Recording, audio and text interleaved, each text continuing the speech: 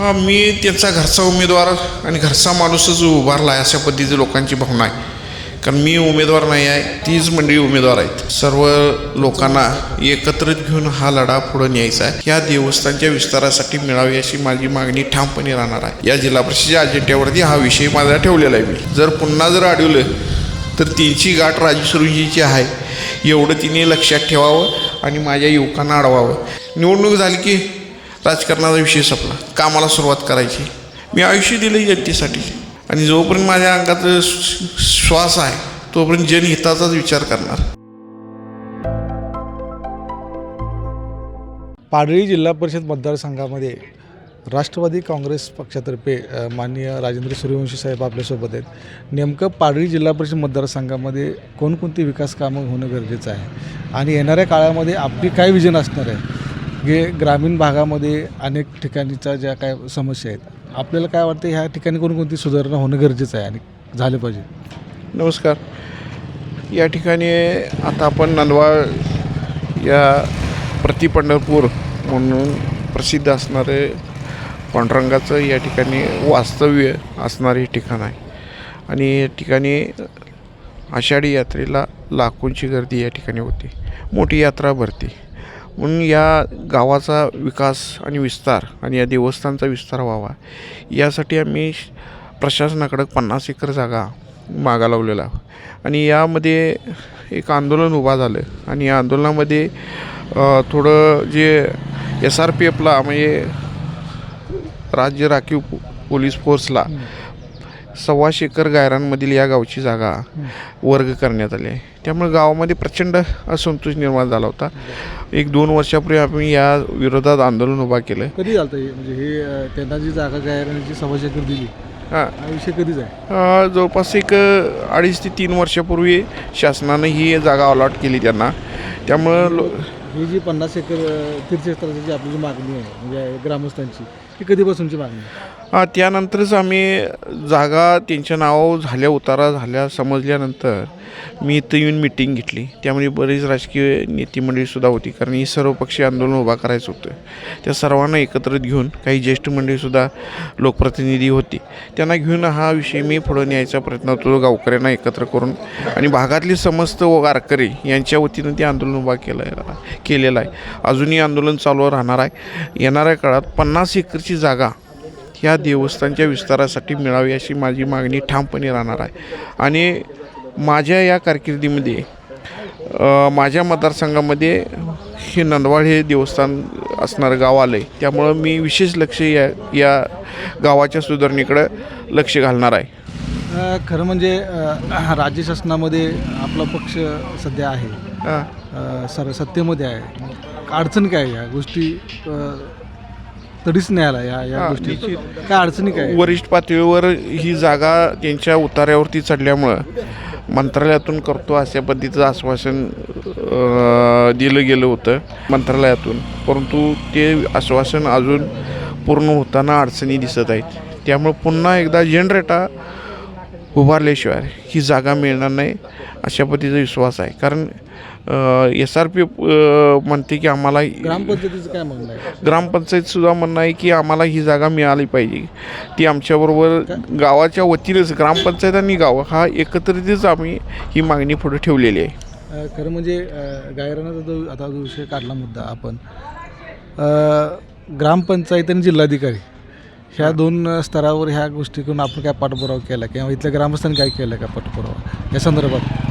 वेळोवेळी माझा या ठिकाणी जिल्हा प्रशासनाची कलेक्टर साहेबांशी पाठपुरावा आहे.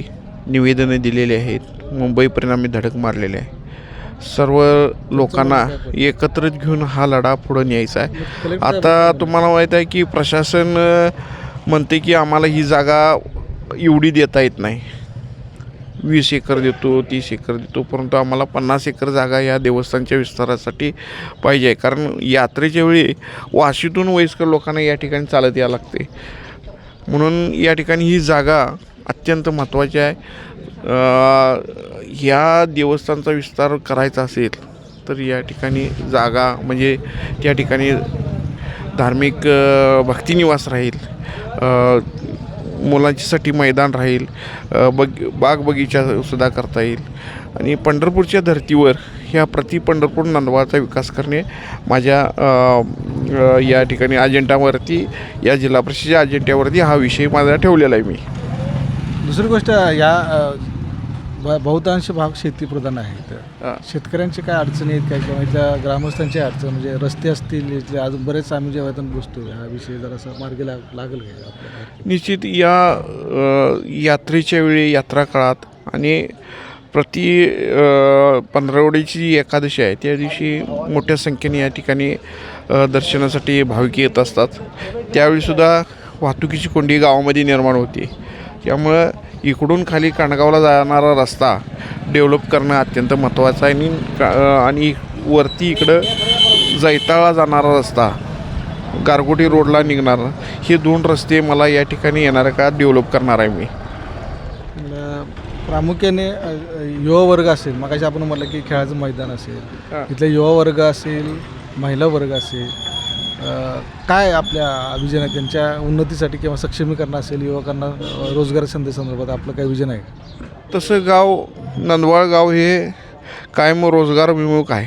इथली मंडळी स्वकष्टानं मोठी झालेली आहेत. कारण या गावात पहिल्यांदा पाणी कमी होतं. नंतर आदरणीय संपतबापू साहेब, माझे आमदार संपतबापूंनी या ठिकाणी तलावाचं काम केलं. गेली 25 वर्षे झालं नंदवाळचा आणि माझा संपर्क आहे.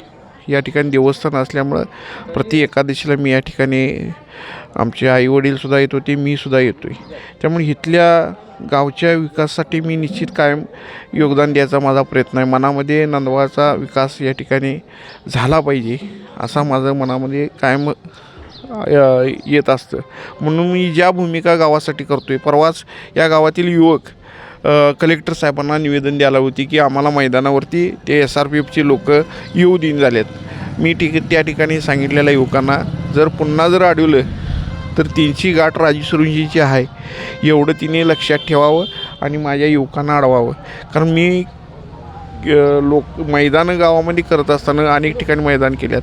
मुलांना खेळायला जागा असल्या पाहिजेत अशा पद्धतीचा मी एक कार्यकर्ता या ठिकाणी, या मताचा मी एक कार्यकर्ता आहे.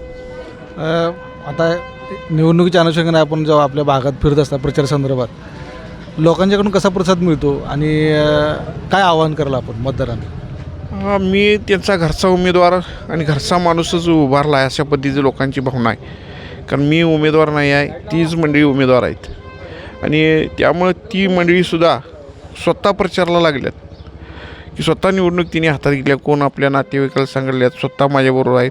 कुठल्याही वेगळ्या पद्धतीचं राजकारण या ठिकाणी न घेता. आणि माझी एक प्रवृत्ती आहे, निवडणूक झाली की राजकारणाचा विषय संपला, कामाला सुरुवात करायची. मी आयुष्य दिलं जनतेसाठी, पुढची पूर्ण हयात मी जनतेसाठी घालवणार आहे. आणि जोपर्यंत माझ्या अंगात श्वास आहे तोपर्यंत जनहिताचाच विचार करणार. त्यामुळे नंदवाळची जागा मिळवणं हे माझ्या 50 एकर जागा मिळवणं हे मुख्य उद्दिष्ट माझ्या जीवनाचं आणि या देवळाचा विस्तार करणे हा मुख्य उद्दिष्ट माझ्या या ठिकाणी राहणार आहे. मतदारांना काय आवाहन करलं? या ठिकाणी मी पांडुरंग भक्त आहे. येणाऱ्या काळात या परिसरामध्ये हे कोल्हापूर जिल्ह्यामध्ये मोठं देवस्थान पंढरपूरच्या धर्ती व्हावं आणि समस्त वारकरी मंडळींना इथे एक विसावा आणि आपले धार्मिक भावना या ठिकाणी जोपासता यावी या दृष्टीनं मी सर्व लोकांना आवाहन करतो आहे की मला जी कामं पुढं न्यायची आहेत ती कामं पांडुरंगाच्या आशीर्वादानं पूर्ण करण्यासाठी जनतेचा आशीर्वाद या ठिकाणी महत्त्वाचा मानतो आहे. त्यामुळे तुम्ही सर्वांनी माझ्यासारख्या एक सामान्य कार्यकर्त्याला या ठिकाणी संधी द्यावी. बऱ्याच वेळा मला तुम्ही संधी दिल्या, त्या संधीचं मी सोनं करून दाखवलं. 2 वेळा मी जिल्हा पंचायत समितीला होतो, सदस्य होतो, सभापती झालो. त्या काळात मी नंदवाळमध्ये सुद्धा येऊन माझी या ठिकाणी स्वच्छता मोहीम असते. आषाढी यात्रा झाली की दुसऱ्या दिवशी द्वादशी दिवशी स्वच्छता मोहीम घेतो आहे मी.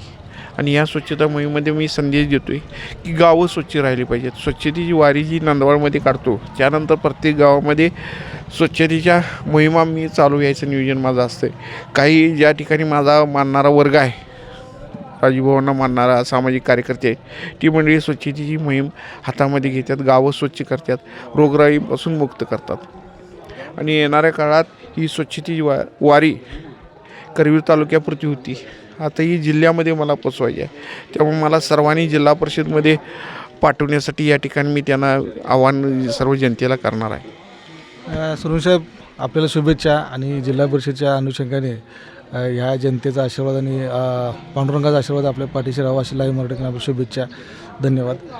खरं तर ग्रामीण भागातील एक कार्यकर्ता आणि येणाऱ्या जिल्हा परिषदेमध्ये जसं यांनी साहेबांनी सांगितलं की तीर्थक्षेत्र म्हणजे विठ्ठल रखुमाईचं मंदिर तीर्थक्षेत्र होणं गरजेचं आहे आणि कुठेतरी ह्या भागातील जे पांडुरंग भक्त आहेत या भक्तांच्यासाठी त्यांना मोठं विजन त्यांच्या डोळ्यासमोर आहे. ह्या विजनला इथली जनता कशी त्यांच्या पाठीशी राहते आणि जनतेचा आशीर्वाद कशा पद्धतीने मिळतो हे आपल्याला 5 फेब्रुवारीला समजेल. लाईव्ह मराठीसाठी संदीप कांबळे, कोल्हापूर.